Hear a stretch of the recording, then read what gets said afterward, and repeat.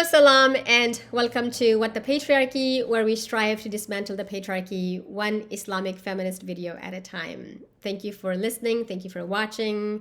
Thanks for being here. This is Shahnaz Haqqani. So, as we get ready to celebrate Eid-ul-Adha, the second most important religious holiday in Islam, the Eid of sacrifice, which too many of us unfortunately interpret literally by actually sacrificing animals instead of maybe something like let's sacrifice our egos, but let's not get into that right now.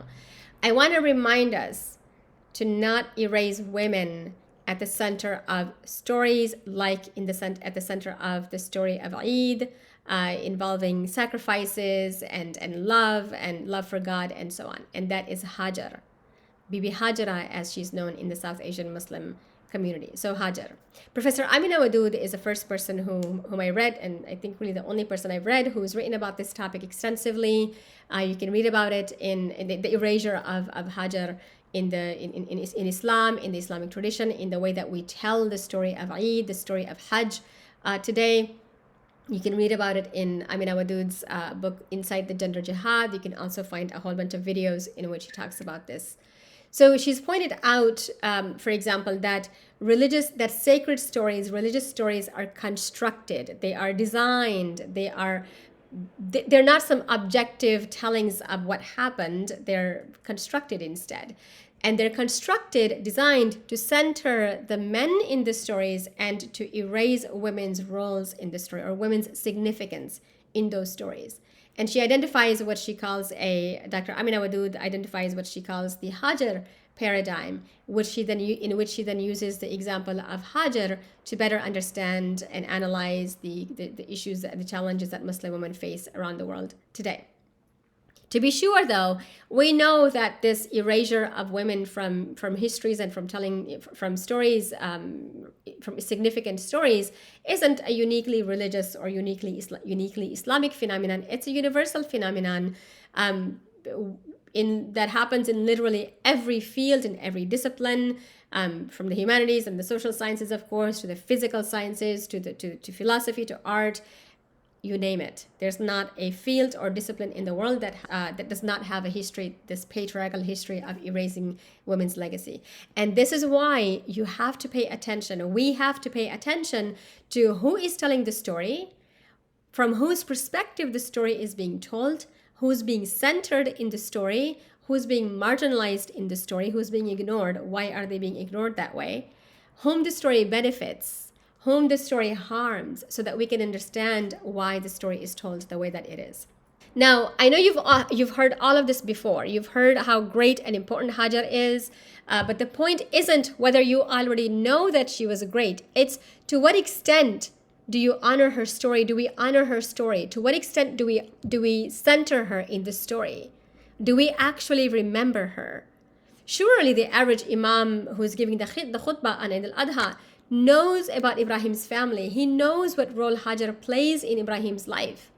But why isn't this imam emphasizing Hajar in the same way, at least in the same way that he's emphasizing, and it's he because it's usually a he, in the same ways that he's emphasizing Ibrahim?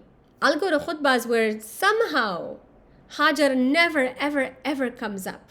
And that's where the patriarchy of erasing women's legacies comes in. So let's get our main character's identity straight. Hajar was an African woman. She was Egyptian. She was a concubine, an enslaved person. She was purchased by Ibrahim and Sarah in order to have a child for them, to become a surrogate mother for them. She was never Ibrahim's wife, as many people think or want to believe it is. I'm not a fan of this whole erasing or whitewashing history to make it more palatable to our contemporary standards. That's not what happened. She was a concubine. And a concubine is someone that you purchase them, and then usually a she, and then you feel entitled to have sex with them. So Ibrahim's wife was Sarah. Okay? In the Quranic and the Islamic traditions, though, to be sure, Sarah and Hagar do not have this contentious relationship, the same hostile relationship that they do in the biblical tradition, where traditionally Sarah absolutely despises Hagar or Hajar, and it's because of Sarah that Ibrahim kicks Hagar out in the first place. But this is only one narrow version of the story. African American Christians tell the story very differently. They prioritize Hagar. They center her in the story as opposed to centering Ibrahim in the story. And there are Jewish and Christian feminists who've also noted the very patriarchal way the story is told, the pitting of the women against each other. And so there are other ways of telling the story as well. They're critical of the traditional, literal way that the story is told currently. So back then, historically, and even in some cases today, in some places, the only style of family that was considered legitimate or valid wasn't the nuclear family. It wasn't just one husband, one wife, and a few kids, a couple of kids. There have been and still are many other kinds of families, such as one man, multiple wives, and multiple kids, or one woman and multiple husbands, and multiple kids, or of course a man and a wife and no kids, a husband and a wife and no kids, and of course today you can have a husband and a wife and so on. But one man, historically, one man, multiple wives, and or at least one wife, and then also at least one concubine, right, and multiple kids. So in the case of Ibrahim, and Sarah and Hagar, we've got one husband, that's Ibrahim, we've got one wife, that's Sarah, and we've got one concubine, that's Hajar. Tradition claims, both the biblical and the Islamic traditions, claim that Ibrahim and Sarah couldn't have children, and so they hired a surrogate, Hajar, to have this child for them, to have a child for them. And since we didn't have the kind of medical technology back then that we have today, Ibrahim needed to have sex with Hajar in order to have a child with her. Surrogacy is common today as well, although advances in medical technology have made it possible for a person to not have to sleep with the other person in order to have a child. And surrogacy can be very, very exploitative. I really truly believe, as happened in the case of Hagar here, but also today it's really terrible what can happen. Surrogacy is not always exploitative. And to be sure that there's a whole bunch of patriarchy happening here where a woman is completely worthless until and unless she has a child, which she must produce by all means necessary, sometimes even if she has to exploit somebody else in the process. But enough of that context. The point of this video is to remind us to not erase women from the story of Hajj, from the story of Eidul Adha. You see, I'll go to Eid khutbahs on Eidul Adha and then always regret it because, oh my God, have you seen the way that they treat us, the way so many traditional mosques treat women, where we sit compared to where men sit, how the imam speaks to us. In my case also, the imam is always talking to brothers. Women are never in the story. Women are never in his as a part of his audience. We have to bring our own mats. Men don't. It's really horrible. It's completely unacceptable and totally disrespectful, and it's an insult to be a woman in a place of worship. It totally defeats the purpose of a place of worship. So I'll go to the mosque on Eidul Adha, looking for spiritual fulfillment, hoping to be inspired, having my love for God and Islam and my foreparents like Ibrahim and Hajar reignited. But instead, guess what happens? All we get is how great Ibrahim is. Thanks to Ibrahim, we have Hajj, and so the story goes. We get nothing about Hajar. And yeah, he may have been great in all, but that's only one tiny part of the story. You don't have Eidul Adha and you don't have Hajj without Hajar, and you don't have Hajj without Eidul Adha, and vice versa. So Hajar is like a huge deal in the story. Tremendous thanks to Hajar, we have this Eid, and we have an entire city called Makkah, and we have an entire tradition of Islam, because did you know that the Prophet Muhammad ﷺ is a descendant of Hagar? He is a descendant of Ismail, who is a child of Hagar. But don't get me started on this whole race business, because his connections to Africa or with Africans, because a lot of anti-Black Muslims find this so offensive. When somebody points out to them that the Prophet Muhammad ﷺ had black ancestors. He has black ancestry. So what exactly did Hajar do? Okay, there are three essential things that Muslims do today at Hajj that go back all the way to Hajar, not to Ibrahim. So first, when Hajar is kicked out of the house by Ibrahim for reasons that the Quran doesn't tell us, but that Ibn Kathir, one of the major commentators of the Quran, claims was because God told him to, she's all alone in the desert with her son Ismail. Something about Ibrahim abandoning her in the desert without a word, and Hajar begs Ibrahim to tell her what's going on, and Ibrahim is quiet, he won't speak. And then Hajar asks, is it because God told you to do this? Is it because God asked you to abandon us here? And then Ibrahim says yes. He nods his head, says yes, and she's like, okay, then I trust God, and I know that God will not abandon me and my child. So you go on your merry way, and we'll be fine. Hajar is never mentioned in the Quran at all. We get only one verse. She's never named, but neither is Sarah. The Quran doesn't like naming people. The only woman that's named in the Quran is Maryam, of course. But we get only one verse in which Ibrahim is praying for his family, and he's like, please bless the family that I have left in this other, in this place right here in Makkah. And we assume or expect that he's talking about Hajar and Ismail. So the tiny amount of food and water that Ibrahim gives the two of them runs out, understandably, very quickly in the hot desert that they're all alone in, with no human in sight. There's no water, there's no sustenance whatsoever. So at some point, Ismail is about to die of thirst, and maybe Hagar as well. They both are, really. And so Hajar is frantically searching for water. She's running back and forth between the two mountains, Safa and Marwa, these two hills, Safa and Marwa. And this running back and forth, or at least walking back and forth between these two hills or these two mountains, is a thing that Muslims do today at Hajj 7 times, because tradition tells us that Hajar ran 7 times between these two hills. Fun fact, as Amina Wadud has pointed out, Saudi's patriarchy is such that women today are not allowed to do this running back and forth between these two hills, but men are. Only men can run between these two mountains. Women are not allowed to run, they simply can walk. It's how on earth do you have a tradition that exists entirely because of a woman, but you don't let women today do it? It's ironic, isn't it? But see, I think what's happening is that it's okay for women to run when they're being forced to, when the patriarchy, the same patriarchy that forbids women from running, has been so violent to them, when it abandons them and leaves them to frantically search for water, then that's okay. They can run because they have no choice. But they can't run because they feel like it, because they want to, or because they want to commemorate this particular event, or they want to honor this particular person because of whom this tradition exists. And it's not like women have the option to run, but they don't have to. It's that they're absolutely forbidden from running.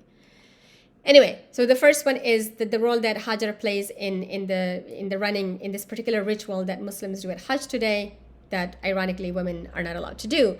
Second is Zamzam. So the well. Okay, this is sacred water that every pilgrim, every Haji longs to have direct access to take home with them, to drink from, to take home to their beloveds. Zamzam, the well of Zamzam, exists entirely, exclusively because of Hajar. Exclusively due to Hajar. You see, what happened was that when she's suffering from thirst and from hunger, God speaks to her. God tells her, communicates to her, sends her wahi, that, hey, dig through the ground and you'll get some water. And lo and behold, there's water. She digs through the ground and she gets that water. Yes, this well emerges. And according to, again, the Muslim tradition, it is still there. It is called Zamzam. This is also in the biblical version of the story. It's in Genesis 21:19. The book of Genesis, chapter 21, verse 19. But in that account, the well was already there and she just hadn't seen it. And so God brings it to her attention to look down and to see this well. So the first one, remember, is her role in Safa, in the tradition that we now have, the ritual that we now have of running back and forth between Safa and Marwa. The second one is Zamzam, which exists entirely thanks to Hajar. And the third one is the tradition of stoning It's also connected to stoning the devil. It's also connected to Hajar. But I've read multiple versions of the story, of this idea of the rituals that that pilgrims sort of, when they try to, when they attempt to stone the devil, right? Some versions of the story that I've read say that it goes back to Ibrahim. Some say it goes back to Hajar. I'm convinced it goes back to Hajar because we like to erase, women from the story, and so I think there's a particular politic going on here. But both could work. It's not like one is better than the other. I'm just more convinced that it's Hajar's. It's because of Hajar we have that particular tradition. Basically, what happened is in the Ibrahim-focused narrative, right, for this tradition, the stoning the devil, is Ibrahim is throwing stones at, or pebbles at Satan, because Satan is mocking him and telling him, haha, what kind of a God makes you sacrifice your child, and Satan is trying to discourage Ibrahim from sacrificing his son, and so he's throwing pebbles or stones at the devil to be like, leave me alone. In the Hajar-centric version of the story, Satan is mocking Hajar. He's telling her, haha, nobody cares about you, you've been abandoned, and you're gonna die, and God has abandoned you, and you're all on your own. And so she throws stones at him to silence him, because she does believe genuinely that God will provide for them. I'm personally convinced that it is Hajar who is central to the ritual of stoning the devil, not because Ibrahim was never discouraged or tempted or swayed by Satan to not sacrifice his son or to not obey God, etc., but because, one, much of the rest of the stuff that happens, most of the other events that are happening in the story involving Hajar is happening here in the same vicinity. And two, when Ibrahim was being tempted or discouraged by Satan to not sacrifice his son, that is supposed to have taken place on a mountain, on the same mountain where Ibrahim takes Ismail and binds him and is about to sacrifice him. So I'm not convinced that the stoning the devil part happened by Ibrahim, that the ritual goes back to Ibrahim. I think it goes back to at least Hajar, or maybe to both of them. It's very possible that both of them experienced a moment where Satan was trying to make them do something that they didn't want to do, or that would have them disobey God, and so they ended up stoning the devil. And now Muslims do the same thing. The point here is that Hajar is never, I seldom see Hajar being acknowledged in the stoning the devil part of the story. It's always about Ibrahim. And I would like for it to be at least acknowledged that maybe the Hajar version of the story also exists, the ritual also exists. And finally, the entire city of Makkah exists because of Hajar. You see, tradition has it that all of this happening, the abandonment of Hajar all by herself, with her son in the desert, the fears that she's facing, the anxiety of possibly losing her child and maybe dying herself in the heat with no food, no water, no one to help them, no one inside. That's all happening in what later becomes known as Makkah, in the city of Makkah, what later develops into Makkah as we know it today. Because once Zamzam happens, once Zamzam forms, birds in the area start coming to this water, and when travelers and caravans are walking around, their caravans are happening, they notice that there are birds in the area, and so they conclude that there must be water, some kind of a body of water there, and so they stop by Zamzam to take a sip of water. And some of them form settlements there. People actually settle there. They form communities there. And gradually you get a whole community, and eventually you get a city, the city of Makkah.